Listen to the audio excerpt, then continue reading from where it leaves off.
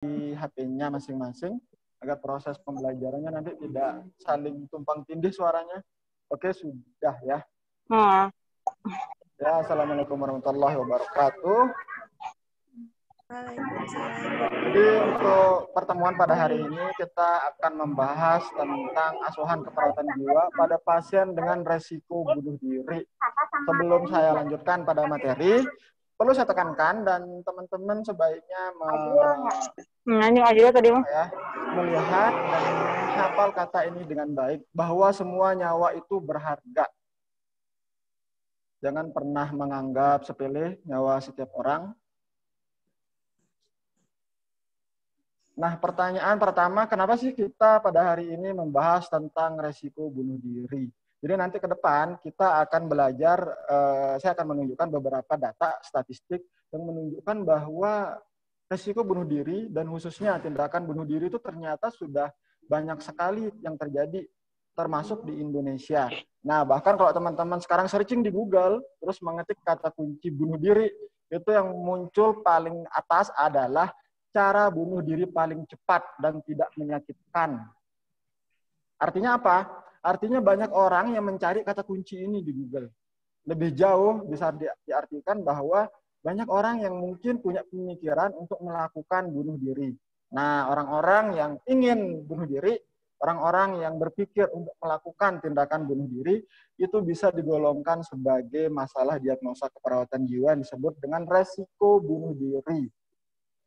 Nah, ini bahkan ini kalau teman-teman tuh perhatikan di bawahnya, yang tulisan paling bawah itu, nasib arwah bunuh diri. Terus, yang mau bunuh diri, silahkan cek web ini. Banyak ya yang orang-orang yang ingin bunuh diri, nanti teman-teman akan kaget. Nah, sebelum saya masuk pada pembahasan secara khusus, ke inti dari topik kita pada hari ini, terlebih dahulu saya sampaikan beberapa step, langkah proses pembelajaran pada hari ini. Yang pertama adalah kita akan membahas tentang konsep bunuh diri. Bagaimana sih definisi bunuh diri itu secara umum, baik dari sisi psikologis, psikiater, dan khususnya keperawatan jiwa. Kemudian selanjutnya kita akan masuk pada bagian yang lumayan sangat penting, yaitu bagaimana cara menghentikan pikiran untuk bunuh diri. Jadi di situ nanti kita akan membahas tentang apa saja sih yang bisa teman-teman lakukan apabila ada orang atau pasien yang teman-teman temukan ingin melakukan percobaan bunuh diri. Atau lebih spesifik, ini juga bisa kembali kepada diri teman-teman sendiri. Apa yang harusnya atau sebaiknya teman-teman lakukan apabila nanti teman-teman berada dalam kondisi yang sangat buruk, kemudian teman-teman berpikir untuk bunuh diri. Nanti kita akan membahas itu. Kemudian yang ketiga, kita akan masuk pada konsep self-love atau mencintai diri sendiri. Ya, karena sebagian besar tindakan bunuh diri itu disebabkan karena orang tidak mencintai dirinya sendiri. Karena tidak mencintai dirinya sendiri, maka dia akan membenci dirinya sendiri.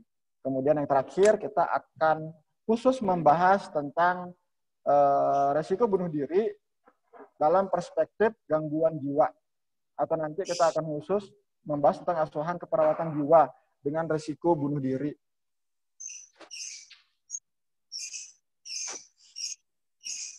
Nah, ini adalah definisi bunuh diri. Di situ saya sudah warnakan, saya buat dengan warna hijau, dan nanti teman-teman akan melihat banyak perbedaan warna sih di situ. Saya sengaja, saya harapkan teman-teman bisa menggunakan kalimat yang saya buat tersebut sebagai kata kunci sehingga memudahkan teman-teman dalam memahami dan menghafal. Ya, jadi untuk bunuh diri itu sendiri merupakan tindakan agresif yang merusak diri sendiri dan dapat mengakhiri kehidupan.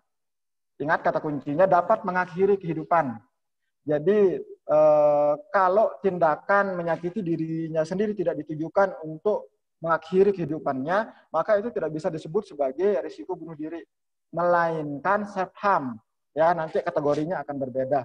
Self-harm itu lebih ke tindakan untuk menyakiti diri sendiri, menempeleng diri sendiri, memukul diri sendiri, memaki diri sendiri. Itu merupakan bagian dari self-harm. Nah, apabila self-harm ini berlanjut, maka akan memunculkan resiko bunuh diri.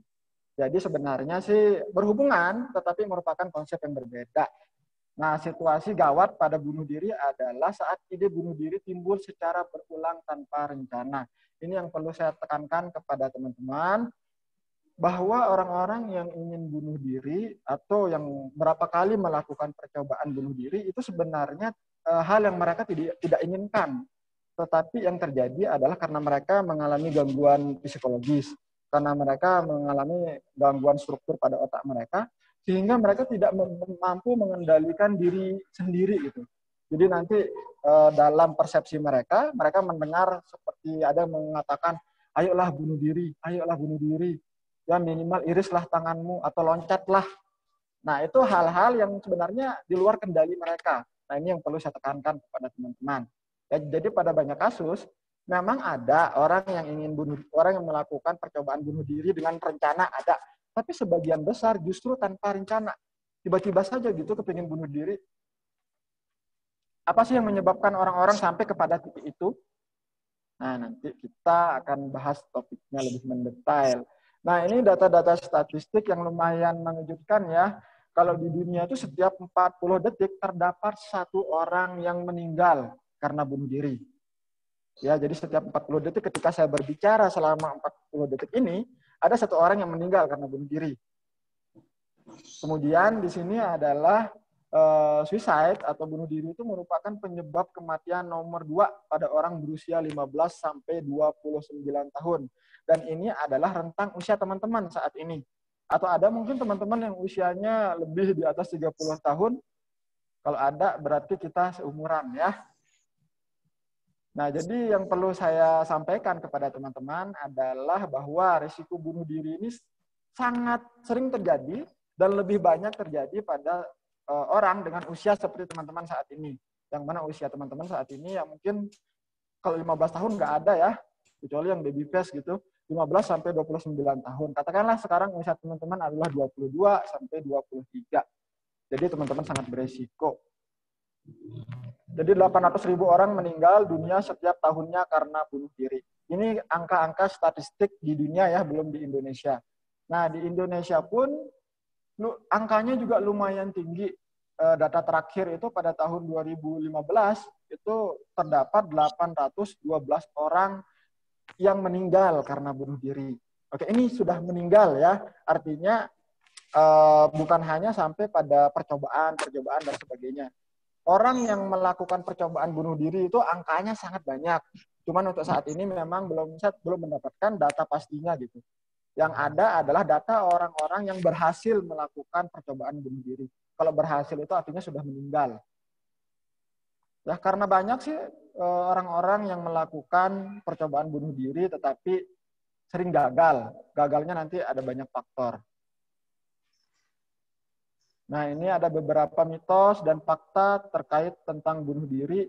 Yang tanda X itu adalah mitos, yang tanda centang yang warnanya biru itu adalah faktanya ya. Jadi kalau mitos itu hal-hal yang kita percayai, yang kita sering dengar, tapi itu sebenarnya nggak benar gitu. Salah satu contohnya adalah orang yang bicara hendak bunuh diri tidak sungguh-sungguh akan melakukannya. Itu merupakan mitos atau merupakan ungkapan yang salah ya. Karena sebenarnya orang-orang yang ingin melakukan percobaan bunuh diri atau ingin mati gitu, mereka sebenarnya sering mengirimkan tanda-tanda bahwa mereka akan bunuh diri gitu. Saya ambil salah satu contoh di Korea Selatan tuh, kan sempat kemarin ribut yang meninggal itu ada yang namanya Gohara, terus Suli. Mereka akhirnya melakukan bunuh diri setelah berkali-kali melakukan percobaan gitu. Jadi orang yang melakukan tindakan bunuh diri dan akhirnya berhasil, itu bukan hanya melakukan tindakan itu hanya sekali, tetapi berkali-kali. Dan mereka sebenarnya sudah berusaha untuk mengatakan, aduh rasanya aku nggak pengen hidup lagi. Mereka sudah berusaha mengatakan itu kepada orang-orang. Kayak misalnya hal sederhana seperti inilah, update status WA gitu. Aduh kok rasanya kepingin mati. Atau update status di Facebook atau mungkin Instagram yang berhubungan dengan keengganan untuk hidup atau ingin mengakhiri hidupnya, itu sebenarnya merupakan tanda-tanda yang serius, tetapi banyak dari kita yang justru menganggap itu sebagai tindakan cari perhatian gitu. Paling sekedar caper, paling sekedar ingin cari perhatian, paling nggak beneran gitu. ya memang perlu saya sampaikan orang-orang yang melakukan percobaan bunuh diri, mereka memang sedang butuh diperhatikan. Jadi bukan merupakan hal yang salah apabila mereka mencari perhatian. Si Suli itu kemarin itu pada akhirnya berkomitmen untuk bunuh diri karena dia berapa kali mengirimkan pesan akan bunuh diri, tetapi dia dibully oleh netizen di Korea gitu. Nggak ada yang percaya dengan dia, pada akhirnya dia beneran bunuh diri. Jadi itu merupakan tanda-tanda atau pesan-pesan yang sebenarnya serius untuk ditanggapi. Jadi teman-teman nanti kalau ada temannya yang seperti itu jangan dibully ya, tapi perhatikan mereka gitu. Kalau memang keberatan untuk memperhatikan mereka, ya udah biarin aja, minimal jangan dibully. Karena kalau kita bully, mereka akan lebih terdorong untuk melakukan tindakan bunuh diri. Nanti selebihnya teman-teman bisa baca sendiri agar kita lebih. Nah, ini menurut Sesuat dan Saden, faktor penyebab bunuh diri adalah pertama, itu perceraian, yang kedua pengangguran, dan yang terakhir adalah isolasi sosial. Banyak faktor sih yang menyebabkan orang ingin melakukan tindakan bunuh diri, tetapi 3 faktor ini merupakan penyebab tersering gitu. Yang pertama adalah perceraian. Jadi banyak orang yang bunuh diri karena kasus mereka dihianati oleh pasangan mereka, mereka menikah kemudian diceraikan, atau mungkin istri atau suaminya selingkuh. Jadi selalu saya katakan teman-teman nanti apabila ingin menikah, menikahlah dengan orang-orang yang baik, ya. Ya tidak ada orang yang ingin bercerai dalam pernikahan. Oke, jadi menikahlah, pilih mereka yang benar-benar baik dan memperlakukan teman-teman dengan baik. Itu yang penting, ya. Jangan hanya bermodalkan cinta saja, karena banyak orang yang melakukan tindakan bunuh diri ini karena dia disakiti oleh orang yang dia cintai dan dia mengizinkan dirinya disakiti berkali-kali. Gitu, ya. Jadi hindari hal tersebut. Oke, jika seseorang sering menyakiti teman-teman sebelum menikah, ya apa yang akan menghentikan dia untuk tidak menyakiti teman-teman saat teman-teman menikah dengan dia gitu. Jadi pilihlah orang-orang yang baik. Kemudian pengangguran. Nah, nanti teman-teman setelah wisuda jangan kaget ketika teman-teman mungkin agak kesulitan mencari kerja dan teman-teman merasa stres, merasa rendah diri, merasa aduh aku udah kuliah lama 5 tahun, biaya keluar banyak, tapi kok belum dapat kerja, aduh, gimana nasib orang tua aku malu. Nah, hal-hal tersebut nanti akan mendorong teman-teman untuk membenci diri sendiri yang pada akhirnya mengarah pada resiko untuk membunuh diri sendiri atau bunuh diri. Gitu. Kemudian yang terakhir adalah isolasi sosial. Isolasi sosial ini maksudnya ya orang-orang yang dibenci oleh orang-orang di sekitarnya. Gitu. Jadi dia dihindarin, dia pulang oleh masyarakat, dia tidak dianggap. Dia kuliah oleh teman kuliah, dia tidak dianggap. Itu justru sering dibully, itu maksudnya isolasi sosial. Jadi dikucilkan dalam hubungan sosial. Nah, sementara menurut Tisler, itu yang dikutip oleh Lehigh dan Wright melalui penelitiannya menyebutkan bahwa motivasi remaja melakukan percobaan bunuh diri itu seperti ini. 51% masalah dengan orang tua. Jadi mungkin teman-teman banyak yang berpikir bahwa orang tua merupakan orang terdekat dari kita dan mereka adalah orang yang menjadi alasan kita untuk bertahan hidup. Itu benar, tetapi sebenarnya banyak juga data yang menunjukkan justru sebaliknya. Bahwa banyak orang tua yang justru menyebabkan anak-anaknya itu stres, tertekan, misalkan terlalu dikekang, ya, misalkan dikit-dikit dimarah, dikit-dikit dibentak, nggak boleh ini, nggak boleh itu maksudnya. Ya, 51% loh, angkanya sangat gede. Jadi teman-teman ya silahkan bina hubungan yang baik dengan orang tua masing-masing. Ya, dan perlu saya tekankan mungkin ini adalah kenyataan bahwa sebagian besar mungkin orang tua adalah orang tua yang baik, tetapi ada sebagian juga yang buruk. Oke, jadi nanti teman-teman apabila tidak beruntung gitu kan, saya juga termasuk orang yang tidak beruntung karena salah satu orang tua saya meninggal gitu. Apabila teman-teman mungkin tidak beruntung seperti orang-orang yang lainnya, teman-teman harus memahami ini bahwa teman-teman akan berisiko mengalami masalah gangguan psikologis sebesar 51%. Dengan memahami itu, saya harapkan teman-teman sudah melakukan beberapa upaya pencegahan agar teman-teman tidak makin terpuruk gitu. Ya, jadi penting untuk menerima kenyataan di sini Kalau memang orang tua kita yang nggak baik, ya udah terima saja gitu. Kadang memang hidup seperti itu sih. Kemudian 30% masalah dengan lawan jenis. Dengan lawan jenis ini lebih spesifik, maksudnya adalah hubungan percintaan. Angkanya juga gede, itu 30% loh. Jadi banyak orang yang mengalami stres, nanti teman-teman main ke rumah sakit jiwa ya. Jadi di sana tuh banyak justru cewek-cewek yang masih seumuran teman-teman, mereka cantik. Tetapi karena mereka terlalu mencintai secara berlebihan, mereka disakitin, pada akhirnya ditinggalin, dan mereka tidak menerima kenyataan, mereka terpuruk secara psikologis, akhirnya mengalami gangguan jiwa, dan itu berbentuk melakukan percobaan bunuh diri. Jadi ini lumayan sesuatu yang perlu teman-teman perhatikan. Ya, jangan terlalu mencintai, ya, biasa saja, kecuali nanti setelah ada ikatan, baik secara agama ataupun secara hukum. Kalau sekarang mah, kalau teman-teman belum menikah, belum ada ikatan secara agama dan secara hukum, tidak relevan. Ya, kalau orang menyakiti teman-teman itu mereka tidak bisa dihukum secara legal, karena memang teman-teman belum terikat. Jadi sebelum menikah, sebelum dipastikan dalam ikatan suci, ya biasa saja, jangan terlalu lebay, jangan terlalu berlebihan. Ya. Kemudian 30% merupakan masalah sekolah.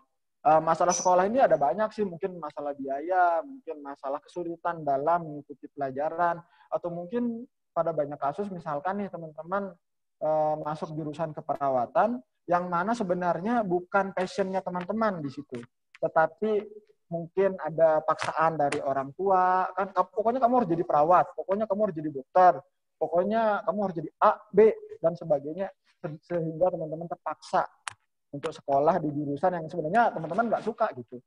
Nah, itu 30% dapat mengakibatkan resiko bunuh diri. Cuman pesan saya, apabila teman-teman ada pada kondisi tersebut, ya tidak ada salahnya untuk terus melanjutkan kuliah sampai teman-teman selesai.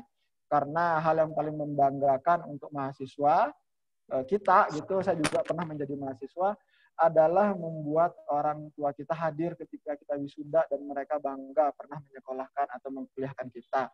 Itu saya kutip dari perkataan tadi Tika. Ya. Kemudian 16% merupakan masalah dengan saudara. Jadi bersaudara tetapi saling benci gitu. Bersaudara tetapi saling bersaing. Nah, itu 16% dapat mengakibatkan munculnya masalah psikologis.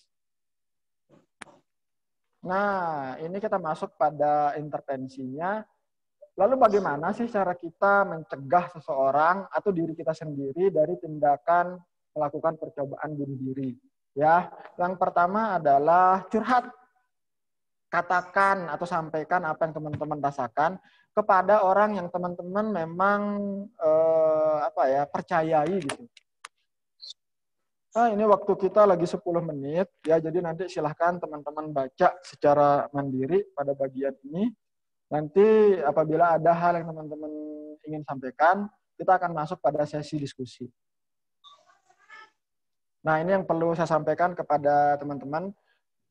Memang banyak angka orang melakukan percobaan bunuh diri, setiap 40 detik itu terdapat satu orang yang meninggal karena bunuh diri.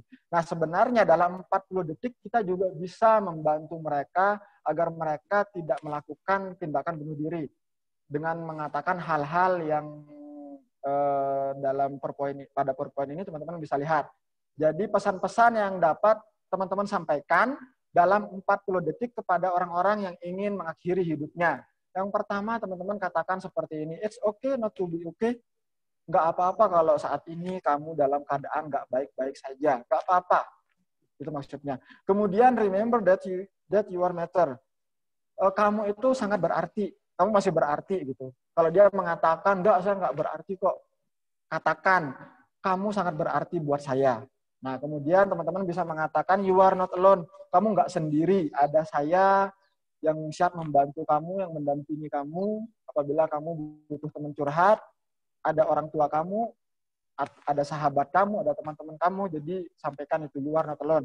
Kemudian ini maksudnya hope is a skill, we need to learn. Memang sabar dan berharap itu butuh perjuangan, ya. Mereka bertahan hidup itu memang butuh perjuangan. Jadi sampaikan hal-hal yang bersifat, oke, sabar saja, ya, sabarlah. memang butuh waktu untuk menghadapi setiap masalah gitu.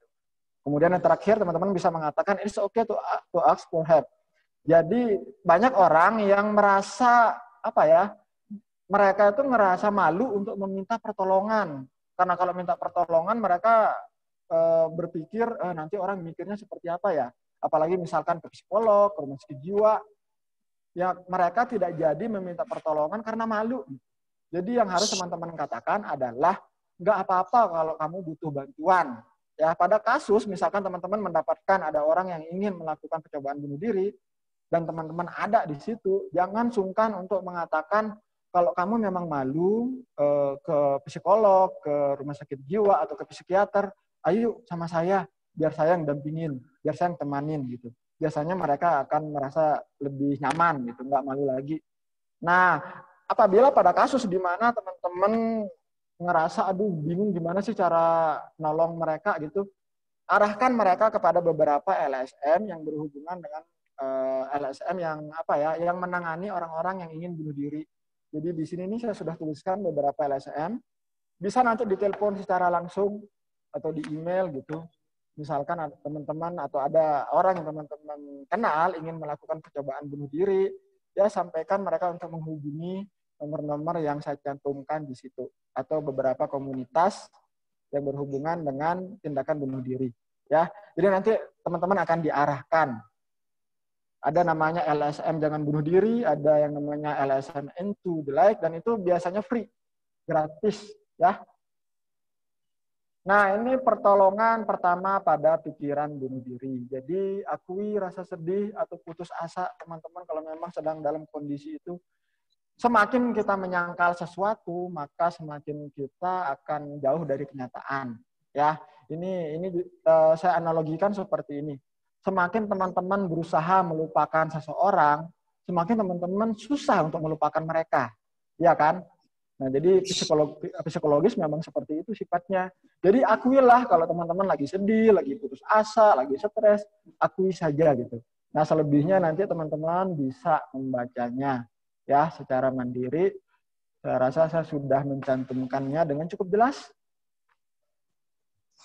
Nah, yang perlu saya tekankan di sini adalah resiko bunuh diri selalu diawali oleh sikap membenci diri sendiri.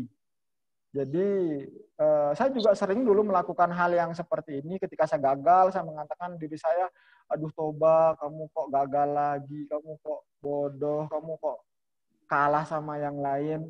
Karena kita sering mengatakan itu kepada diri sendiri, pada akhirnya kita membenci diri sendiri, aduh kok kamu bego. Nah, seperti itu maksudnya. Ya, nanti kelama-lamaan kalau kita terbiasa melakukan tindakan seperti itu pada diri kita, lama-kelamaan kita akan membenci diri kita sendiri.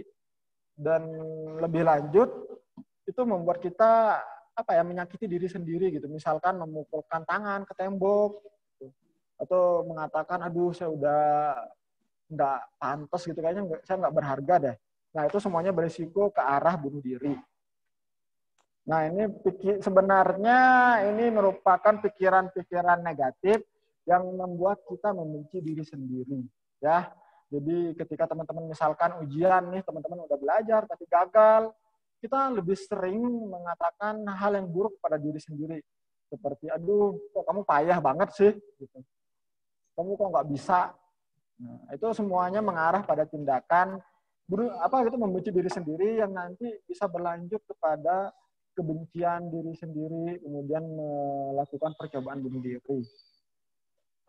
Nah, agar teman-teman terhindar dari tindakan seperti itu, maka manjakanlah diri sendiri, perlakukan diri sendiri dengan baik. Ya, jangan hanya memperlakukan orang lain dengan baik, tapi lakukan hal yang menyenangkan untuk diri sendiri.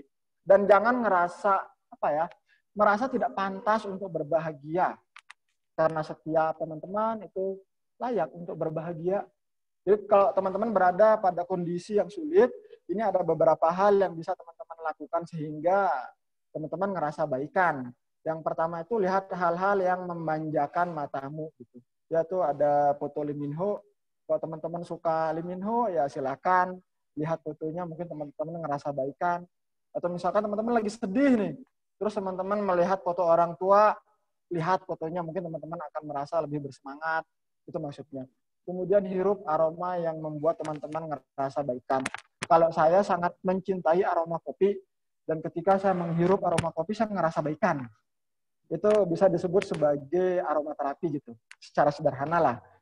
Saya juga suka aroma hujan gitu, ketika hujan itu jatuh ke tanah, ada aroma khusus dan saya sangat suka itu. Saya juga sangat suka aroma buku baru, saya juga sangat suka aroma bensin. Jadi ketika saya mengalami kondisi yang sulit, saya stres, saya lumayan terpukul gitu, saya biasanya mencari aroma-aroma yang saya senangi. Yang paling mudah buat saya adalah kopi. Nah, teman-teman kan pasti punya kesenangan sendiri-sendiri, jadi nanti silahkan lakukan itu. Nah, ini kita masuk pada asuhan keperawatan risiko bunuh diri. Nah, kalau pada pengkajian dan sebagainya, intinya sama, nanti teman-teman bisa membaca secara mandiri. Dan saya sudah lampirkan secara cukup jelas ya. Nanti kalau teman-teman bingung dan sebagainya, boleh ditulis di pertanyaan di Google Classroom tersebut, biar nanti diskusinya kita lanjutkan di sana. Karena Zoom waktunya terbatas. Nah, ini juga sama, silahkan nanti teman-teman baca. Nah, ini adalah pengkajian pada resiko bunuh diri. Untuk format pengkajiannya masih dalam bentuk bahasa Inggris ya, untuk format Indonesia saya belum menemukan, karena kalau format itu kita tidak bisa terjemahkan secara langsung, tetapi ada beberapa tahapan, sehingga format tersebut bisa diakui oleh orang-orang lain. Jadi memang kalau saya terjemahkan secara langsung tanpa melalui proses, itu bisa disebut sebagai plagiat, ya, dan itu tidak boleh. Jadi ini sengaja saya lampirkan masih dalam bentuk bahasa Inggris. Nah, ini ada beberapa intensitas bunuh diri dan di slide-nya tidak kelihatan. Jadi nanti ya silahkan di-download di Google Classroom, ada 0, 1, 2, 3, 4. Ya.